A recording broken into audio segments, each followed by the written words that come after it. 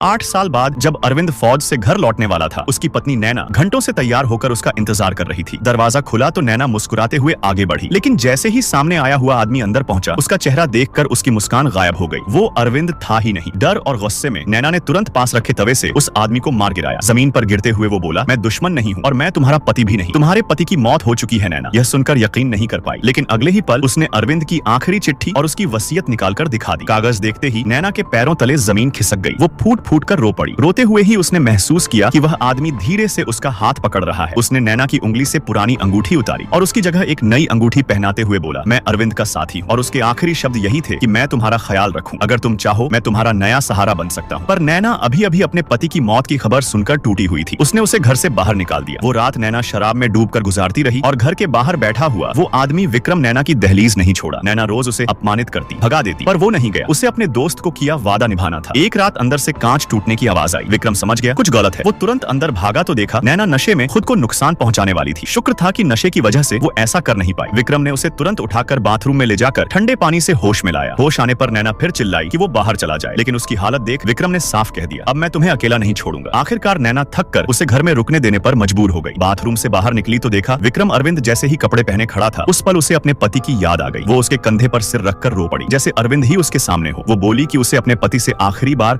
अलविदा तक कहने का मौका नहीं मिला ना। आखिरी बार छू पाई न चूम पाई। विक्रम ने उसकी बात सुनकर उसके चेहरे को हल्के से थामा और उसे एक आखिरी विदाई की तरह चूमा, मानो अरविंद की तरफ से उसका अंतिम अलविदा पहुंचा रहा हो। इसके बाद वो रोज नैना के साथ रहा। उसके दुख में, उसके कामों में, उसकी तन्हाई में वो साथ में खाना बनाते, साथ पढ़ते, साइकिल चलाते और जब भी नैना उदास होती विक्रम फूल लेकर आ जाता। धीरे धीरे अनजाने में ही नैना का दिल फिर से धड़कने लगा। इस बार विक्रम के लिए पर खुशियां ज्यादा देर नहीं रही। एक दिन विक्रम ने अपनी यूनिफॉर्म पहनी और बोला, मुझे वापस मोर्चे पर बुलाया गया है। नैना घबराकर दरवाजे में खड़ी हो गई। मैंने एक पति खो दिया, मैं तुम्हें नहीं खो सकती। विक्रम मुस्कुराया, मैं जरूर लौटूंगा, बस तुम अपना ख्याल रखना और मेरा इंतजार करना। दोनों ने आखिरी बार एक दूसरे को चूमा। विक्रम दूर जाता रहा और नैना उसकी परछाई को देखते हुए बस इतना जानती थी, इस बार वो जिंदा लौटेगा किसी भी कीमत पर।